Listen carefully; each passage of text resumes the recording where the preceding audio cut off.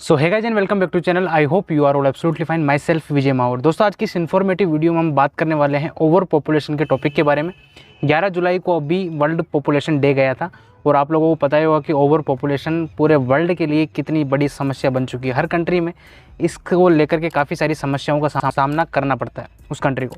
तो आज वीडियो काफ़ी ज़्यादा इन्फॉर्मेटिव होने वाला है। प्लीज़ वीडियो को लास्ट तक जरूर देखिएगा और आपके जो भी सजेशंस हो प्लीज़ कमेंट बॉक्स में आकर के जरूर बता दीजिएगा। चलिए वीडियो को शुरू करते हैं। दोस्तों आप लोगों को मालूम ही होगा कि 7.9 बिलियन टोटल आबादी है हमारे पूरे वर्ल्ड की, जिसमें से नंबर 1 रैंक करता है जो देश, उसका नाम है चाइना, जिसकी पॉपुलेशन है 1.44 बिलियन यानी 144 करोड़ 2021 में, और 2020 में इसकी पॉपुलेशन थी 1.43 बिलियन यानी 143 करोड़, जिसमें 0.34% का इजाफा देखने को मिला है 2021 में। दूसरे नंबर पर Worldometer elaboration of the latest United Nations के डेटा के अनुसार हमारे इंडिया की पॉपुलेशन है 1.39 बिलियन यानी 139 करोड़। 2015 में ये प्रिडिक्शन लगाया गया था कि एक्सपर्ट्स के द्वारा कि 2022 के आते आते इंडिया चाइना को ओवरटेक कर देगा पॉपुलेशन के मामले में, और चाइना से भी बड़ा मतलब वर्ल्ड का नंबर 1 पॉपुलेटेड कंट्री बन जाएगा इंडिया। मेरे हिसाब से ओवर पॉपुलेशन होना किसी भी कंट्री के लिए बिल्कुल सही बात नहीं है, बिकॉज ओवर पॉपुलेटेड कंट्री में ओवर पॉपुलेशन के कारण एक साथ कई सारी समस्याओं का सामना करना पड़ सकता है। पहली अनएम्प्लॉयमेंट, दूसरी स्टारवेशन जिसे हम बोलते हैं भूखमरी, तीसरी होती है हमारी पॉवर्टी, फोर्थ होती है हमारी क्लाइमेट चेंजिंग, उसके बाद आती है हमारे नेचुरल रिसोर्सेज की कमी जिसमें हमारे एग्रीकल्चर के फूड्स हो गए, उसके बाद हमारे इलेक्ट्रिसिटी और हमारे जो कोल माइनिंग से रिलेटेड जितनी सारी चीज़ें हैं ये सब इसमें शामिल होती है।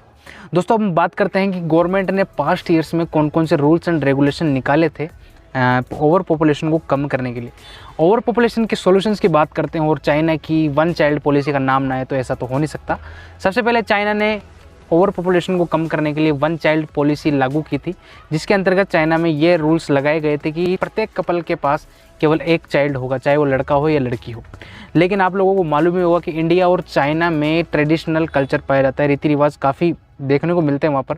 तो यहाँ इंडिया में भी आपने देखा होगा कि लड़के को ज़्यादा प्राथमिकता दी जाती है।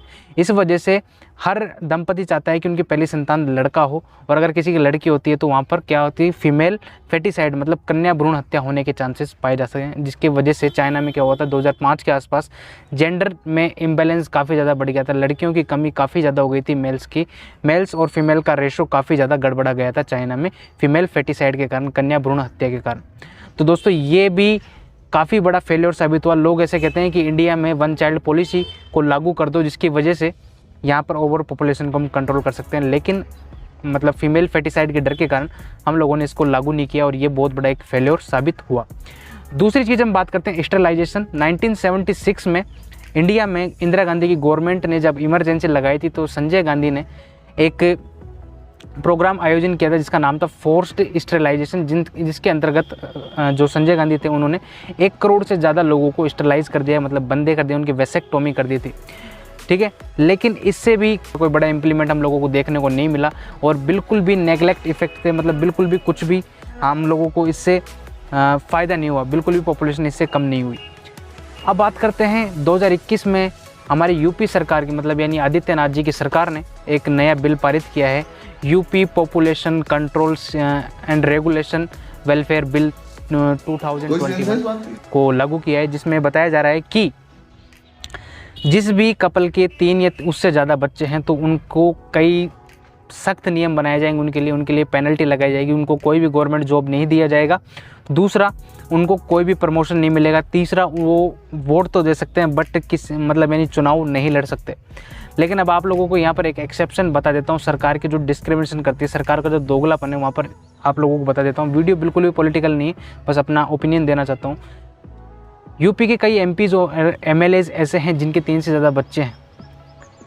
अब मतलब यानी लोगों के लिए वो रूल्स लागू किए जा रहे हैं, बट उन एमपी और एमएलएज के लिए बिल्कुल भी नहीं लागू किए जा रहे, बिकॉज अगर उनके ऊपर अप्लाई कर देंगे तो पूरी सत्ता ही नीचे गिर जाएगी। फाइनल सॉल्यूशन के ऊपर चलते हैं। कहते हैं ना कि किसी भी चीज़ का सॉल्यूशन गर्म दिमाग से और मतलब हड़बड़ाहट में, बिल्कुल जल्दीबाजी में किसी भी चीज़ का सॉल्यूशन नहीं निकलता। हर चीज़ का सॉल्यूशन शांति से और ठंडे दिमाग से निकाला जा सकता है। तो एक ही सॉल्यूशन है इस चीज़ को कम करने के लिए, वो है एजुकेशन। जहाँ पर लिटरेसी रेट ज़्यादा होगी वहाँ पर फर्टिलिटी रेट ओबियसली कमी होगी। एग्जांपल ले सकते हैं हम हमारा केरला, जिसमें 96.2 हाईएस्ट लिटरेसी रेट है, जिसकी वजह से वहाँ पर फर्टिलिटी रेट भी कम है। हमारे भारत के कुछ स्टेट्स, इन 4 स्टेट्स यूपी, राजस्थान, एमपी और बिहार में लिटरेसी रेट को बढ़ावा देंगे तो ओबियसली यहाँ पर फर्टिलिटी रेट भी घट जाएगी। मतलब यानी अगर हम हमारे बजट का अगर अच्छा खासा बजट एजुकेशन के ऊपर लगाएंगे इन चारों स्टेट्स में, तो यहाँ पर फर्टिलिटी रेट कम देखने को मिलेगी। लोग एजुकेटेड होंगे तो वो पॉपुलेशन के बारे में समझेंगे, इससे होने वाले नुकसान के बारे में समझेंगे, तो यहाँ पर क्या होगा, फर्टिलिटी रेट कम होगी और यहाँ की पॉपुलेशन कम होने लग जाएगी। मैं मानता हूँ कि जहाँ पर एजुकेशन सिस्टम अच्छा होगा, जहाँ पर लिटरेसी रेट अच्छी होगी, वहाँ पर पॉपुलेशन ऑटोमेटिकली कम हो जाएगी। तो गाइस ये थे सॉल्यूशन, और सबसे बेस्ट सॉल्यूशन है इसका एजुकेशन और लिटरेसी रेट को बढ़ावा देना।